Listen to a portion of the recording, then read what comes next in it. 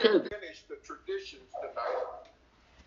We will commence at tradition 9. I will read the short form. I think I read them both last week, but we'll do it again quickly anyway. Tradition 9 in the short form, AA is No, we're getting nothing. Service boards and committees directly responsible to those they serve. So notice it doesn't say that the people are responsible to these service boards and committees. They are responsible just briefly to those they serve. Quickly. That's a little different than a lot of organizations, isn't it? It's kind of backwards, isn't it? Because it shouldn't we'll see blink. more of that later. Indeed, In a long form, each AA group needs the least possible organization. Rotate the leadership. Battery is about 70%. The small group may elect a secretary. The large group is rotating committee. And the groups of a large metropolitan area, their central office or intergroup committee, which often employs a full-time secretary. The trustees of the Alcoholic Foundation are in effect, and the Alcoholic Foundation is not the General Service Office. Our AA General Service Committee. They are the custodians of our AA tradition and the receivers of voluntary AA contributions by which we maintain our AA General Service Office in New York. They are authorized by the groups to handle our overall public relations, and they guarantee the integrity of our principal newspaper, the AA Grapevine. All such representatives are to be guided in the spirit of service, for true leaders in AA are but trusted and experienced servants of the whole. They derive no real authority from their titles. They do not govern. Universal respect is the key to their usefulness. So what Tradition 9 really does is it guarantees the democracy of our society, that no one is or autocratic or even dictatorial. I don't know. That's the reason that we have rotation. And the cool thing about, because people think a lot of the time, you know, when it comes time for rotation, well, we got all this experience, right? If we rotate out and new people come in, they might mess this up. Now, that would be a common line of thinking, not only in AA, but it does persist in AA. And you'll see that at times. I want to share with you a couple of things that are really important here through our experience. Number one, when new people rotate in, okay, they still have the steps, the traditions, and the concepts to follow. They will not be as experienced as those who came before them. But you remember back in Tradition 2, right, where we talked about a loving God as he may express himself in our group conscience, and we talked about the elder statesman and the believing deacon. So what happens when the more experienced people rotate out? They don't go nowhere. They stay, and they hopefully will become these elder statesmen. So as the new people who rotate in will hit some roadblocks every now and then because of their inexperience, they will have the elder statesmen to go to for guidance. And if the elder statesmen don't become bleeding deacons, because once you become a bleeding deacon, my way or the highway, you guys are going to fail because you don't know nothing. Once you take that position, they're not going to come to you and ask you for help when they need it. So when we take this position of service, because that's what we're really about here, right? We're not here to govern. We're not here to dictate. We got 12 steps, we got 12 traditions, and we got 12 concepts to guide us. So it's not like you without help, right? And you got your elder statesmen still in the room, right? Ready to help you when you need some guidance with their experience. So everybody see how this works. So it guarantees that we remain a democratic society. Remember how we talked about unity in step one, right? Our common welfare should come first. Personal recovery depends upon AA unity. And we talked about how the rest of the traditions will guarantee or ensure our continued unity. And this is how it happens. If we start having people stay in jobs for 20 years and move groups, what would that do to our unity? Right? There would be no more participation, right? It would be only the people here that agree with these people, right? So our unity is fractured, right? So what this does is it keeps us a democratic society. It keeps us fresh. It keeps it fun. You get new people coming in, rotating in. They got new ideas. If their new ideas are a little bit out of bounds, right? We got your traditions that'll reel us in. You got your elder statesmen in the room, right? A lot of times, even when we're well-intentioned, you know, because we don't have a lot of experience with this, we may want to do things that really will contradict this. And this is where your elder statesman will step in and say, no, wait a minute. Let's take a look at tradition 10 or tradition 7, right? And we come back. It's a beautiful thing. When the outside world looks at this, and I know when I was new, right, and I read through the tradition, I'm like, there's no way this can work. Somebody got to be in charge. Somebody got to be the last word around here. We can't just have this open door kind of, you know, no leadership, but it works perfectly. Always remember what Bill Wilson said, great suffering and great love are AH disciplinarians. We need no others. Without the steps, I will perish, right? We say that what the steps are to the individual member, the traditions are to the group. So it holds true for the group. And the beauty of it, as we've gone through these traditions, we've also talked about how they apply in our daily lives. These are 12 more principles for you, these traditions, to carry into your home, into your job, into your community, and into your interpersonal relationships, right? So I've got more principles, you know, by which to live.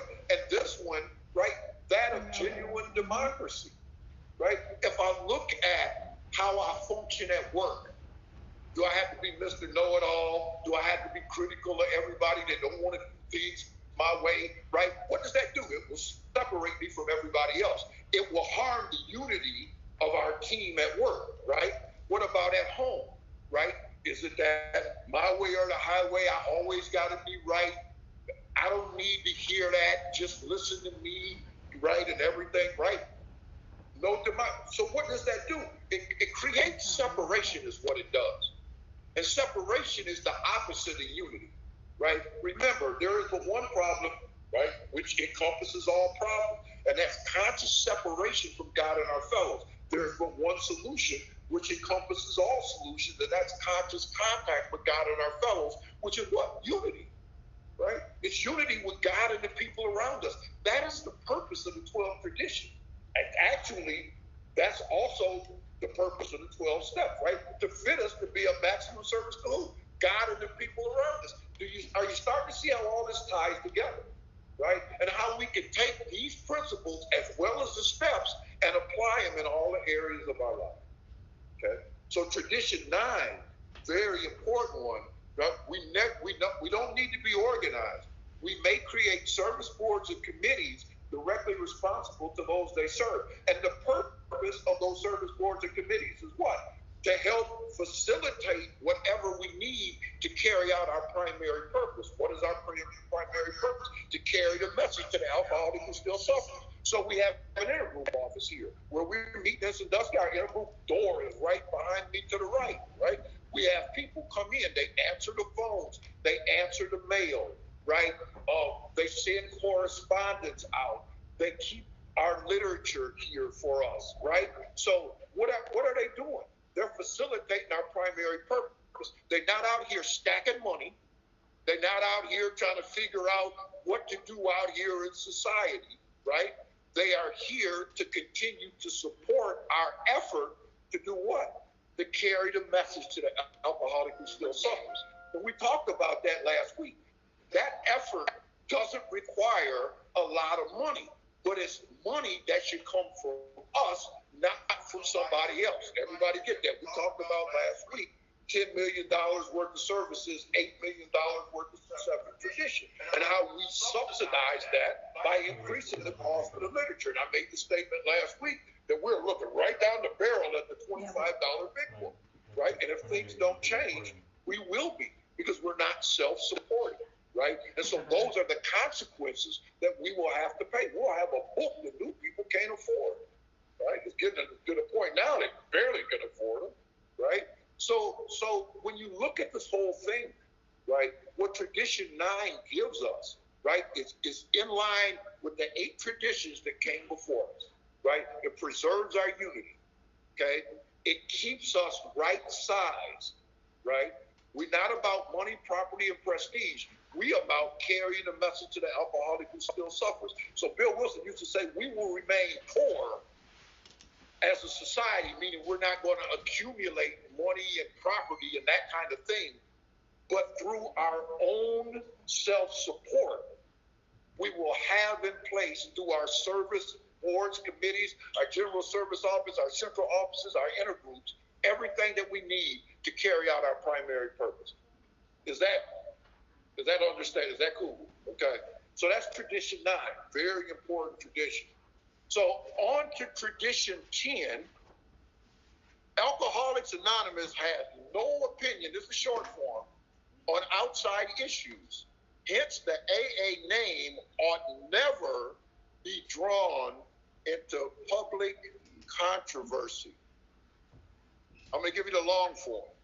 No AA group or member should ever, in such a way as to implicate AA, express any opinion on outside controversial issues, particularly those of politics, alcohol reform, and what we're talking about there is the laws of society, okay? Alcohol reform or sectarian religion. The Alcoholics Anonymous groups oppose no one. Concerning such matters, they can express no views whatever. That is extremely clear. We have no opinion on any issue outside.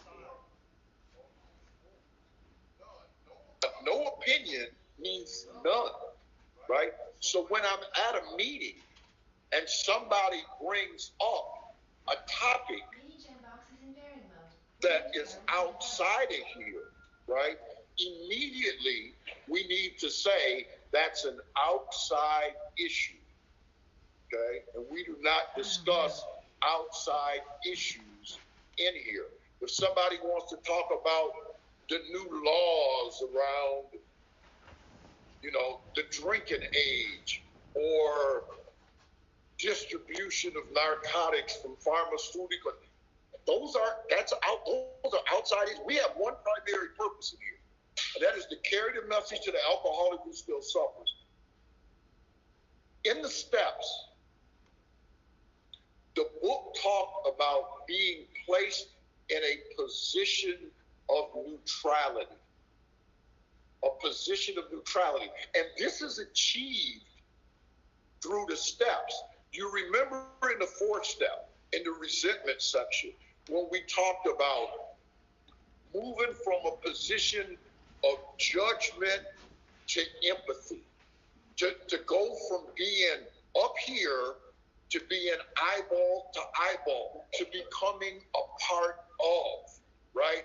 And then it gave you that prayer, God, this is a sick person, please save me from being angry. How can I be helpful? Thy will be done. They, like ourselves, were sick too. Okay? So we move into this position of non-judgment, of no outside issues, right? Tradition 3, the only requirement for AA membership is a desire to stop drinking. No outside. We are in this position. We have a primary purpose. So here's what comes of this, okay?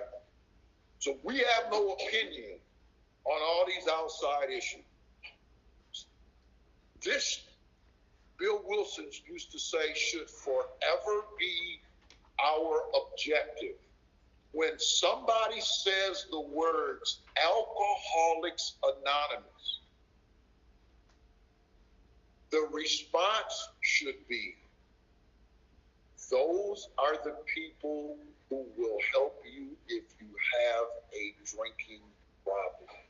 Does everybody follow me? It should not be, oh, those are the people who support a 25-year-old drinking age. Those are the people who support alcohol education. Those are the people, are you following me? Those are the people who support the Republican agenda or the Democratic agenda. You follow me? We never want to be linked to anything, any outside issue. When somebody says Alcoholics Anonymous, those are the people who will help you if you have a drinking problem, period. Okay? That's it. That's what we are. Okay?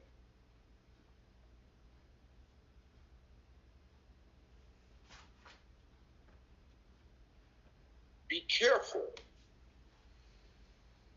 with social media.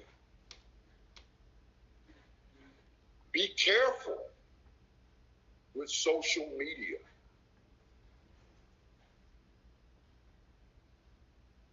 A lot of harm has been done in the last few years. Posting AA coins over here and 2 pages of rambling about politics over here. And I don't know how much damage it's done to the fellowship, but there are people who are going to naturally start connecting that stuff. Is everybody following me? Okay? There's people that are going to connect this stuff.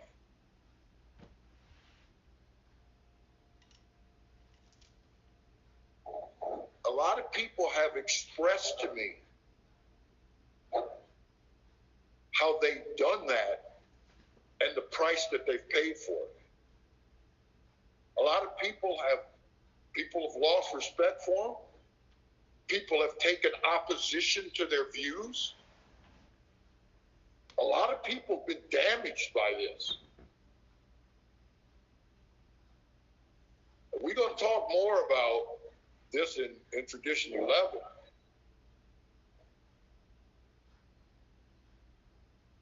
But be careful, because people looking at your page, maybe thinking about getting some help, what kind of conclusions would be drawn?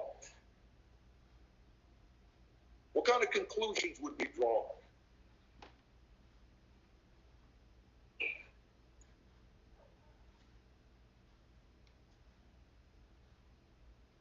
I'm not telling you what to put on your page. And Alcoholics Anonymous, we don't have no rules. You put whatever you want to put on there. But these traditions, like the steps, are the culmination of the experience of those who came before us. And it's worked awfully well for the last 85 years. Right? Was it 84? Whatever it is. Right? It's worked awfully well.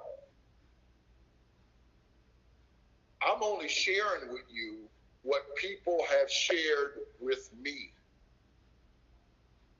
that they deeply regret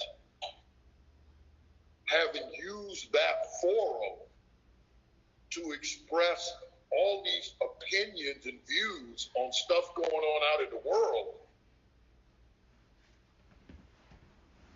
and the effect that it's had on other people and their relationships and the way people see them.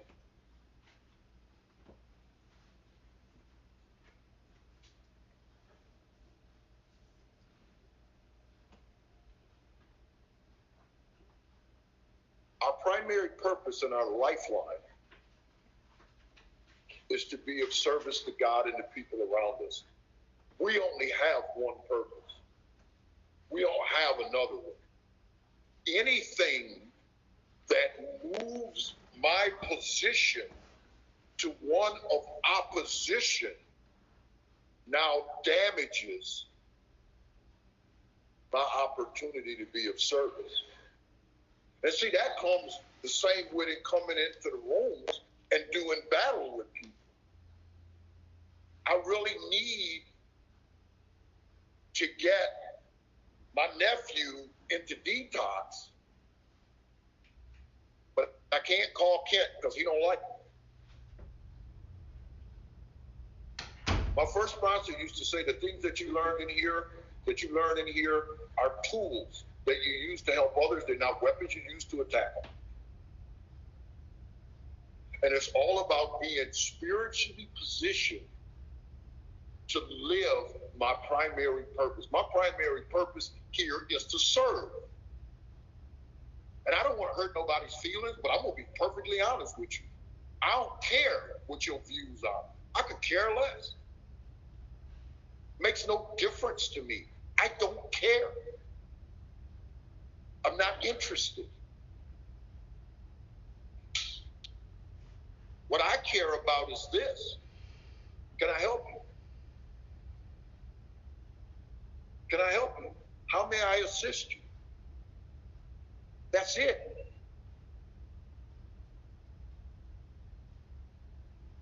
Unity, peace of mind, usefulness. I always talk about the root. Where's the root? Am I rooted in love and service? Or am I rooted in ego? Because I'll tell you what, and I've said it many a time, you can't grow apples on a lemon tree. Whatever I'm rooted in, that is the fruit that I am going to produce. And if I am going to sow discord, disharmony, opinions, get the need to be right, all this egocentric behavior, mostly about stuff that in truth, I don't really even know nothing about other than what people tell me, and they only tell me what they want me to know. What does it do? What does it do? I'll tell you what it does. It diverts me from what I'm supposed to be.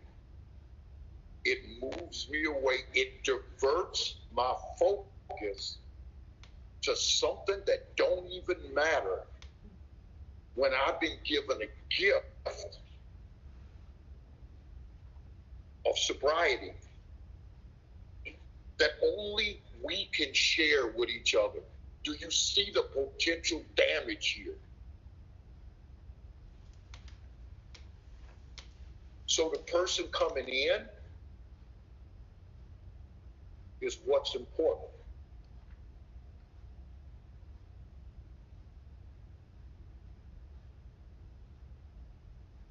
Tradition 10. No opinion on outside issues. The AA name ought never be drawn into public controversy. We do not affiliate with anyone. We don't affiliate with treatment centers. We don't affiliate with the recovery movement.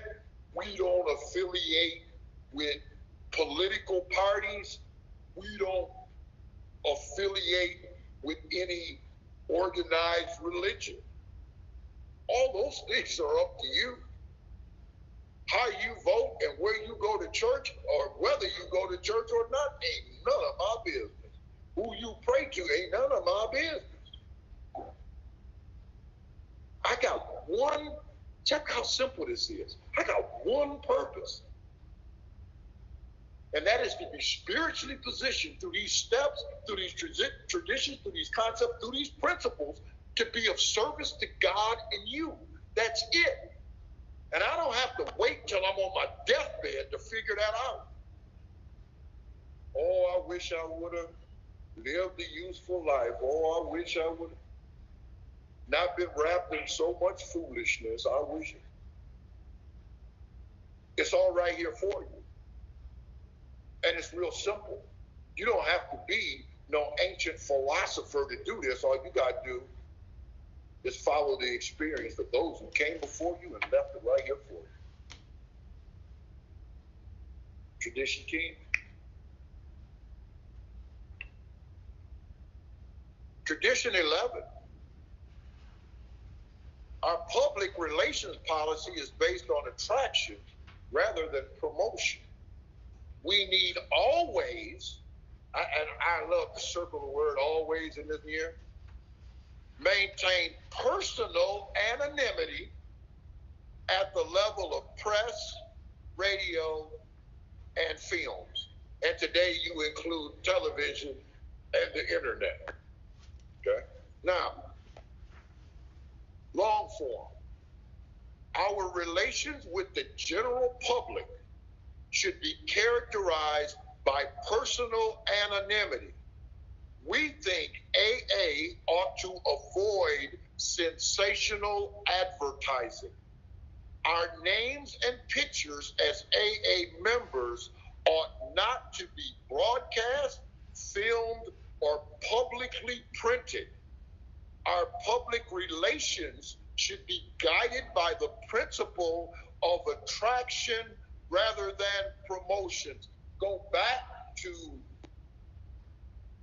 the forward to the second edition. How did AA grow?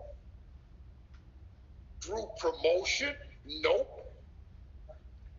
Through attraction? Through what? What did the world see? Large numbers of recoveries and reunited homes. Ain't nobody have to go out and put that on a billboard.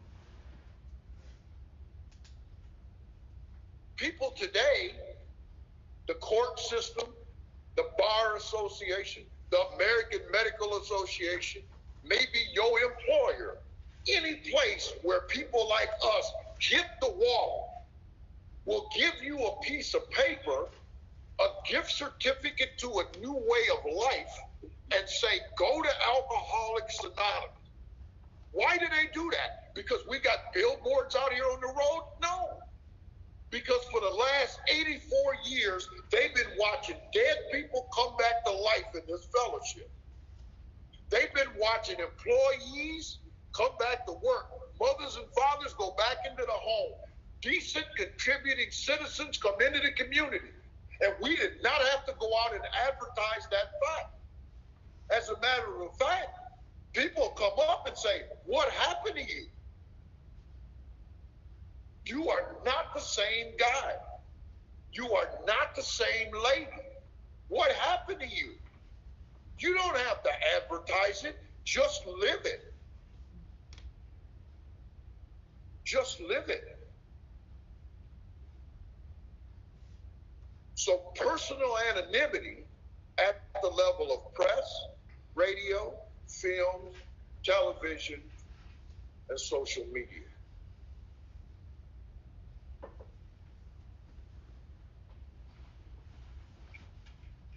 Historically,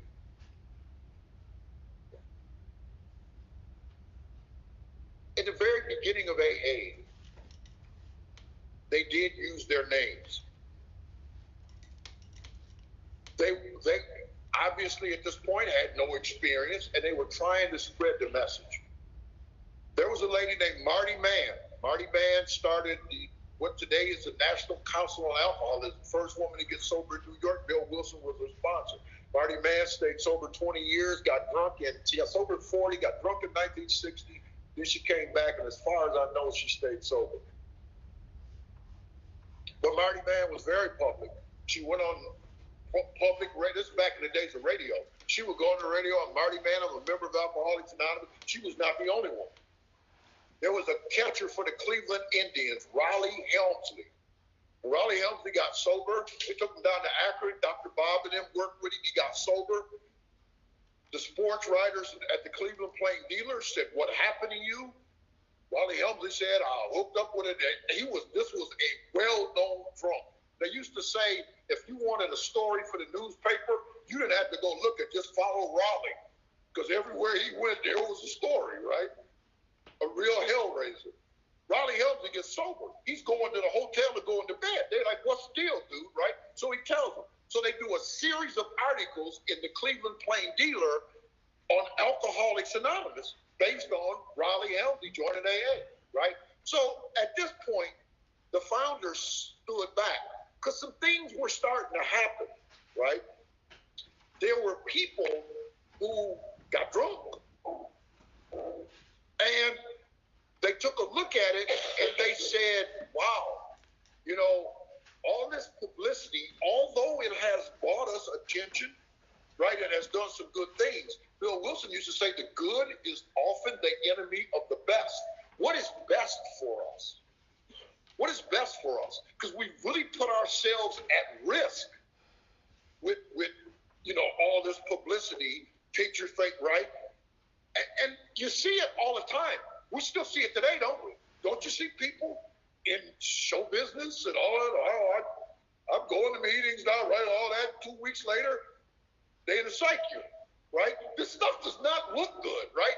And don't get me wrong, right? But what does this reflect? It reflects a lack of sponsorship and a lack of good health, right? They don't know no better, right? So as sponsors, all those sponsors who listen to me right now, this is why it is important, right, for new people to understand this stuff, right? You don't want to be pulling up the internet, somebody 60 days sober, thank God for AA, that's all over the internet, right? That's not what we do. We have reasons for it historically, right? This was, our founders decided this is in the best interest of our fellowship, that we not publicly go out, that we sacrifice all this ego thumping, right, for the betterment of all. Even if it served a good purpose in the early days, what's best for us in the future? What's best for this fellowship? And that's personal anonymity at the level of press, radio, and film.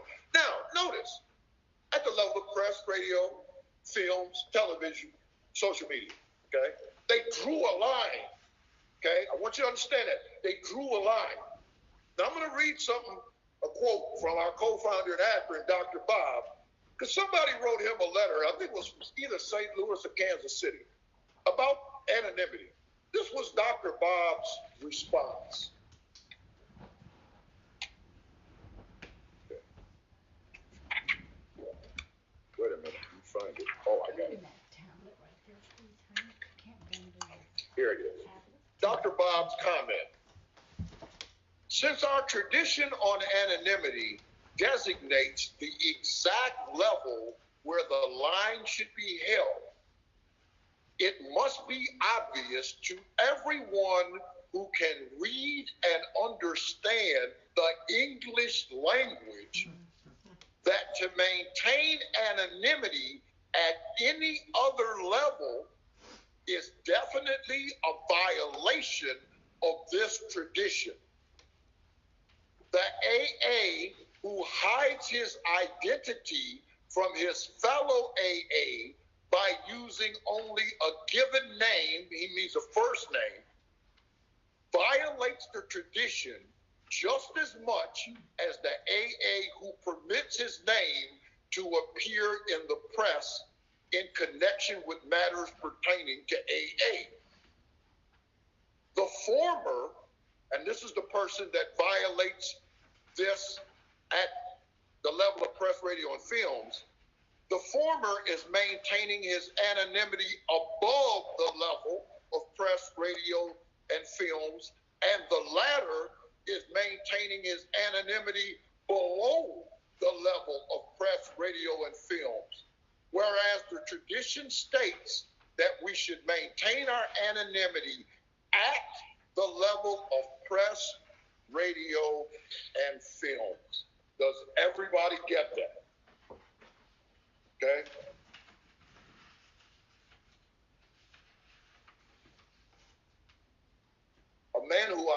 respect, he's 60-some years sober now, he's in a nursing home down in North Carolina, said this to me when we were talking about people using their last names in meetings.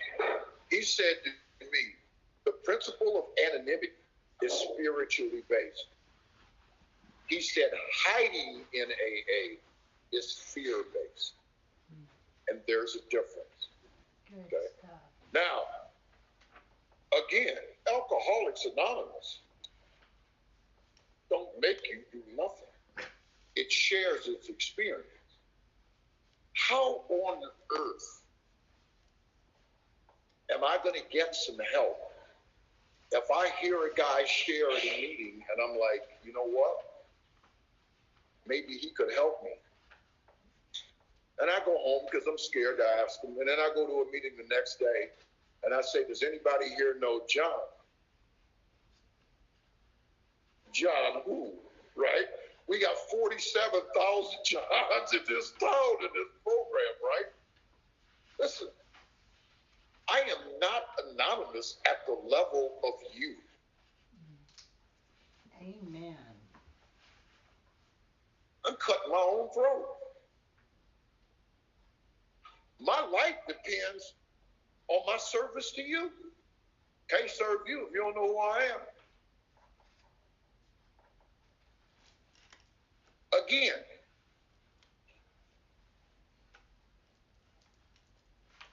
this is the experience of our founders. You do what you want, but I'm not hiding in here. If I can help you, that's my purpose. So Dr. Bob was extremely clear about this. Dr. Bob and Bill were in Toledo, Ohio, and they gave a dual talk at a meeting in Toledo. No one there used their full name.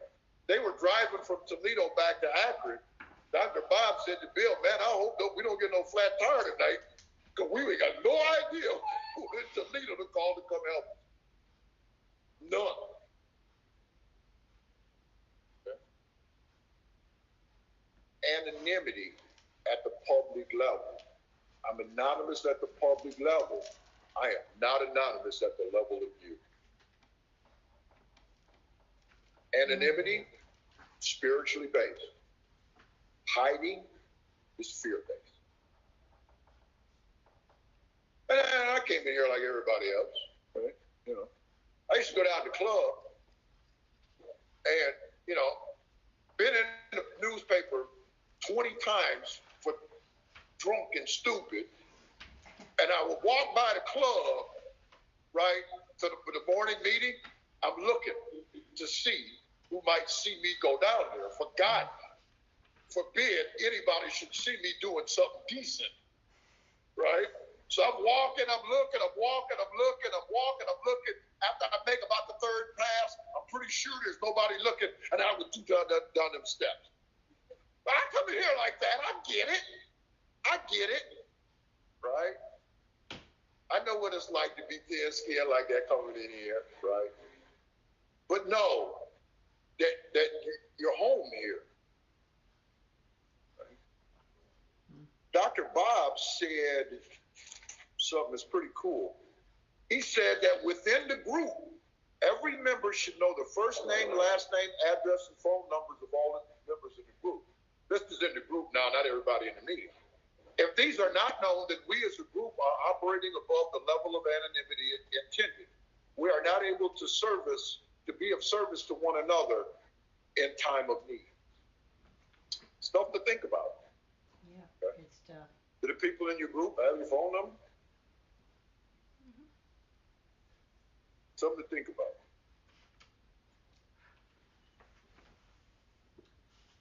And I know everybody don't want to give everybody their address. I get that. But y'all know, everybody understands the intent of what this means, right? Okay. All right. Because somebody will be messaging me tonight going, oh, I have stalkers.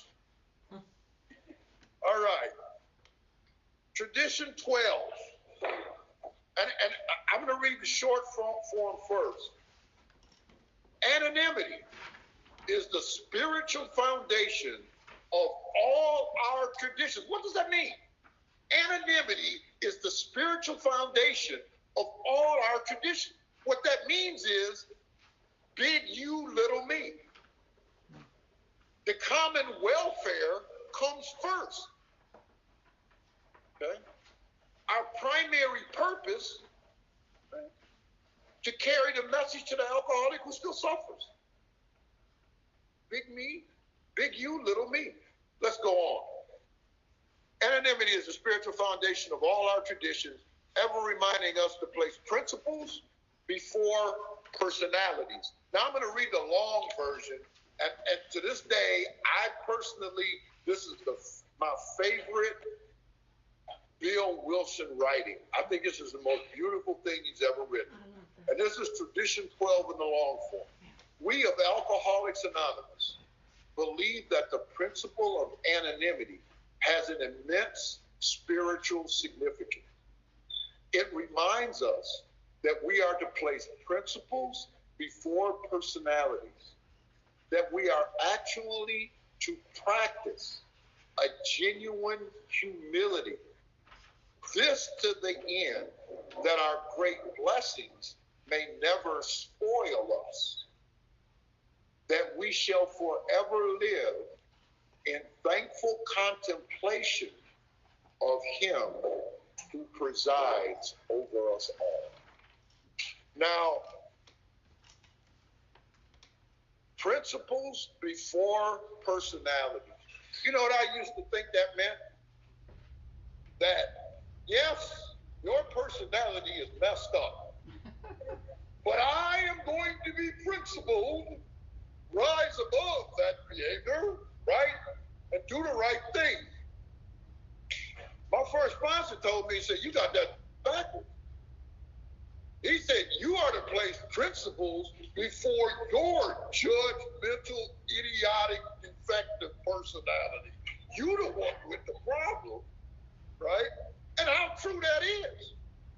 How true that is. I have to stay principled above my opinions, my judgments, right?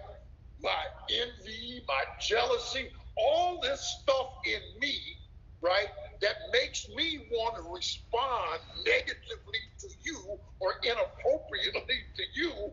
I have to place principles before what's in me. It's not you. You are who you are. We meet people where they are. I'm not here to judge you. I'm not here to say that you're wrong. No, I'm here to help. When I got to find a problem going on, all I need is a mirror. I will find the problem. My job is to do what? My job is to love God and love you. And that is the spirit of tradition 12. Right? I want to read something here on tradition 12. We do have time. And I think that you will enjoy it. And this was written by Bill Wilson. One may say that anonymity is the spiritual base, the sure key to all the rest of our traditions. It has come to stand for prudence and, most importantly, for self-effacement. That means self-reduction. True consideration for the newcomer if he desires to be nameless. Vital protection against misuse of the name Alcoholics Anonymous at the public level. And to each of us, a constant reminder that principles come before personal interest. That's what I'm talking about. Such is the wide scope of this all-embracing principle. In it, we see the cornerstone of our security as a movement. At a deeper spiritual level, it points us to still greater self-renunciation. How many times have we talked about, as we've gone through the steps and traditions, that this is not about adding or acquiring anything. This is about getting rid of stuff that we ain't supposed to have. The things that block us from God and our fellow man, that prevent us from living our primary purpose of love and service. Okay? So this is, when it says self-renunciation, it means getting rid of me so that my spirit can be free to love and serve. Let's continue here. At a glance, the 12 traditions will instantly assure anyone that giving up is the essential idea of them all. In each tradition, the individual or the group is asked to give up something for our general welfare. Tradition 1 asks us to place the common good ahead of personal desire. Tradition 2 asks us to listen to God as he may speak in the group conscience, not us, right? A loving God as he may express himself in our group conscience. Thank God that we've applied the steps, right? Tradition 3 requires that we exclude no alcoholic from AA membership. Remember the story of Irma Lavoni? I told y'all a couple of weeks ago, right? Tradition 4 implies that we abandon all idea of centralized human authority or government, but each group is enjoined to consult widely in matters affecting us all, right? So anything that affects AA as a whole or other groups, we consult, right? Tradition 5 restricts the AA group to a single purpose, carrying our message to other alcoholics. Okay? So we give up all other agendas, shall we say. We got a single purpose in here. It's a beautiful thing. You walk into an AA meeting, you're going to get some help with your alcoholism. That's it. Really simple. Tradition 6 points at the corroding influence of money, property, and personal authority. It begs that we keep these influences at a minimum by separate incorporation and management of our special services. We've given that to our intergroups, to our central offices, area, district, general service conference. So we've given all that there. Now, it also warns against the natural temptation to make alliances or give endorsements. Okay, so that is non-affiliation. We remain who we are, and that's it. Alcoholics Anonymous, those are the people that are helping when you have a drinking problem. Tradition 7 states that we had best pay our own bills, that large contributions or those carrying obligations ought not be received, that public solicitation using the name Alcoholics Anonymous is positively dangerous. So there comes what? Tradition 7, self-support. We talked about that last week.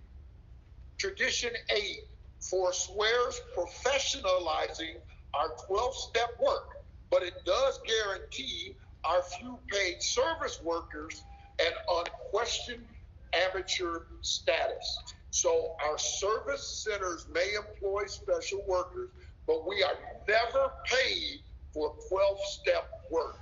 We do it for free. We do it for fun. We read Dr. Bob's Nightmare. He gave us the 4 reasons at the end of his story, didn't he? Okay? So we never take money for 12-step work. Tradition 9 asks that we give up all ideas of expensive organization. Enough is needed to permit effective work by our special services and no more. This tradition breeds democracy. Our leadership is one of service and it is rotating. Our few titles never clothe their holders with arbitrary personal authority. They hold no authorization. They hold authorization to serve, never to govern. Tradition 10 is an emphatic restraint of serious controversy. It implores each of us to take care against committing AA to the fires of reform, political, or religious dissension. Tradition 11 asks in our public relations that we be alert against sensationalism and it declares that there is never need to praise ourselves. Personal anonymity at the level of press, radio, and films is urgently required, thus avoiding the pitfall of vanity and the temptation through broken anonymity to link AA to other causes. And 12, Tradition 12, in its mood of humble anonymity, plainly enough comprehends the preceding 11. The 12 points of tradition are little else than a specific application of the spirit of the 12 steps to our group life and to our relations with society in general.